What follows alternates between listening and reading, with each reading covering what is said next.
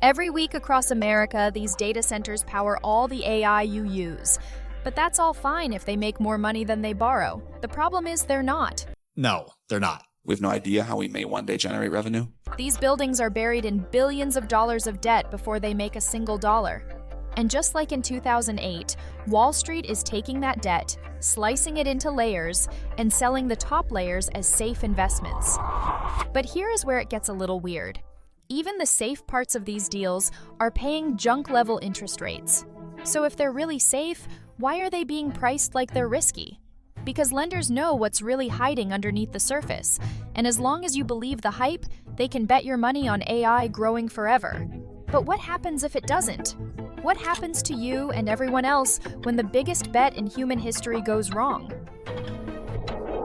80% of U.S. stock gains this year came from AI companies. Trillions being spent. Money going into somewhat unproven technology. Investors will pull back. It's now or never.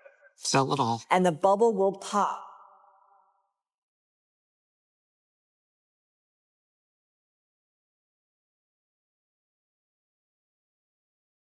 So to understand whether this is the next 2008, the best way is to show you. I will play the role of a private equity firm in this demonstration, buying an AI data center. But these massive warehouses are expensive, so I am going to have to raise some money. That should not be a problem with all the hype around AI. Once you see this, you will understand why a safe, sure bet may not always be what it seems.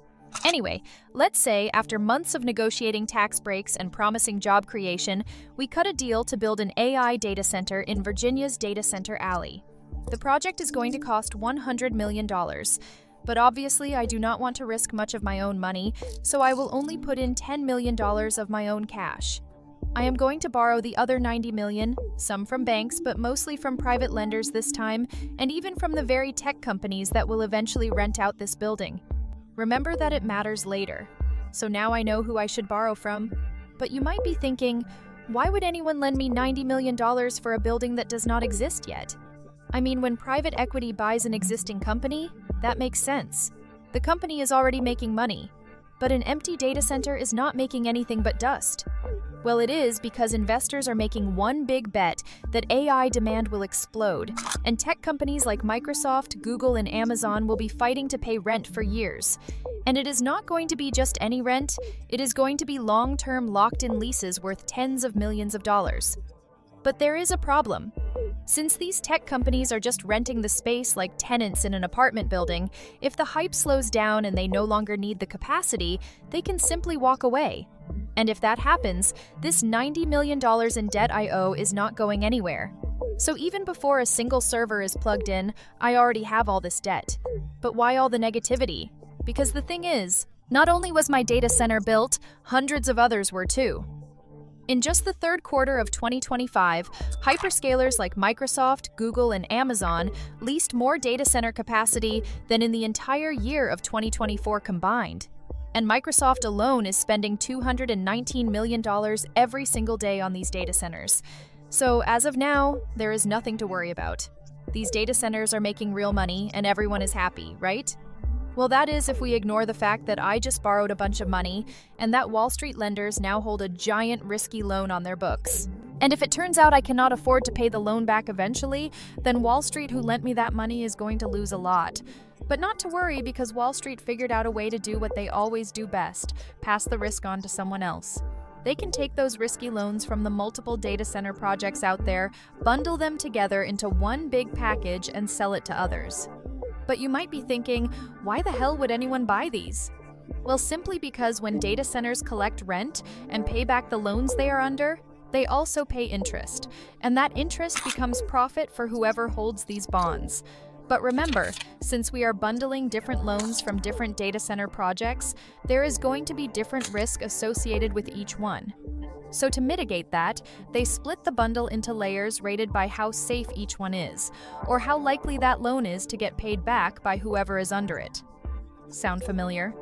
In 2008, they took a bunch of these risky home loans or mortgages, mixed them with a few safe ones, and the whole thing was sold as a safe investment. And in 2008, that top layer was stamped AAA, the safest possible rating. So these were things that pension funds, insurance companies, and grandma's retirement fund would buy. But by the end of 2008, 80% of those were downgraded to junk. Similar things are happening here with data centers, but with a slight twist this time. $34 billion of these data center bonds were sold, but 84% of them were rated A, not AA. So it is still safe enough for your grandma's pension or retirement funds to buy. But if we look even closer, these A-rated bonds that usually pay around 5% interest are paying 8%, 9%, sometimes even 12% interest. Those are literally junk-level rates. So what is happening is that even when rated as safe, they are being priced like a much bigger bet. Because your pension fund that buys them knows there is risk. Because again, if Microsoft and Google walk away from a data center because of slowing AI demand, the rent stops. If the rent stops, the bonds default. And if the bonds default, your retirement account takes the hit. Of course, none of this has happened yet, but now you understand the stakes. For any bubble to burst, you always need a trigger. And on this topic of AI, one thing that keeps getting overlooked is what these tools are even built on. Data. Your data. Emails, documents, and personal conversations are increasingly treated as training material or ad inventory. Now back to the topic. Because when all this money is going into data centers, not to mention that the stock market is continuing to go up, what would even be a trigger when it seems like everyone is all in on the biggest bet in human history? So I looked closer and found some signs. Because when you are this deep in debt, even small cracks can turn into big problems fast. But when all this money is going into data centers and the stock market is continuing to go up, what would even be a trigger? What would it look like when everyone seems all in on this big bet?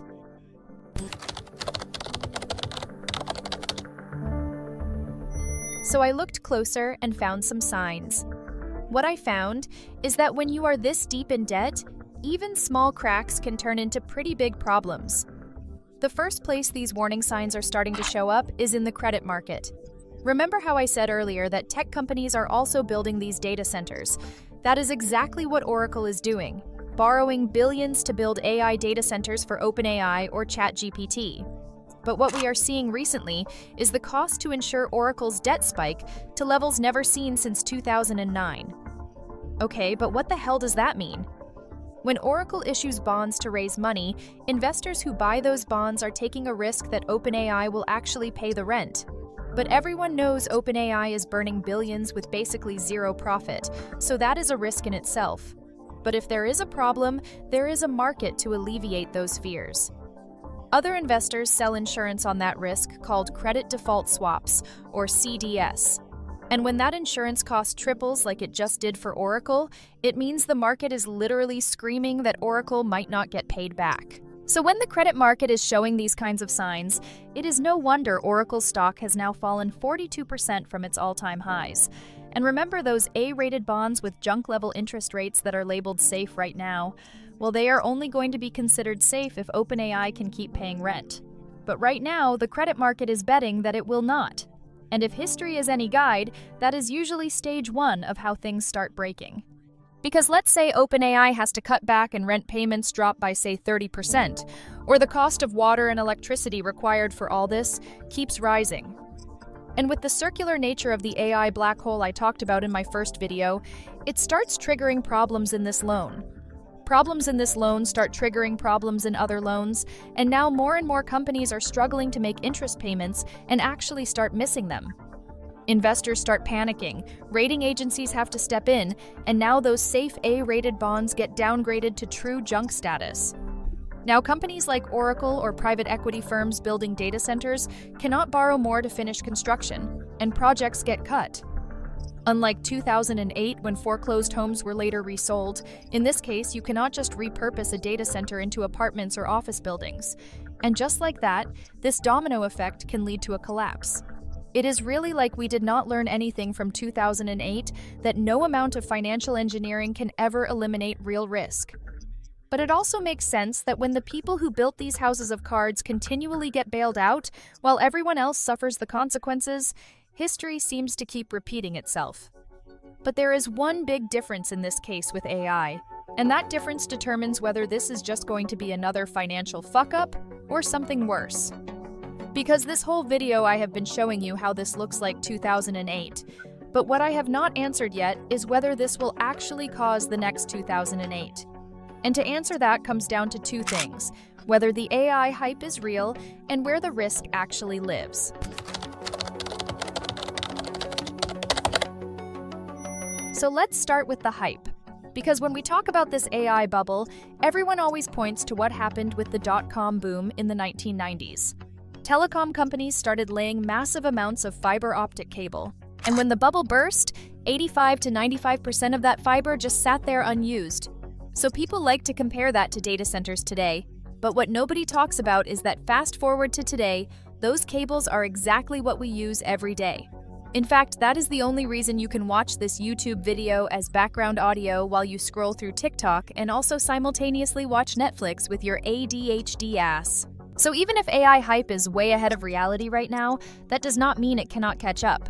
Because if the ultimate goal especially is to replace human labor altogether, we might very well see a case where AI demand actually does go up forever.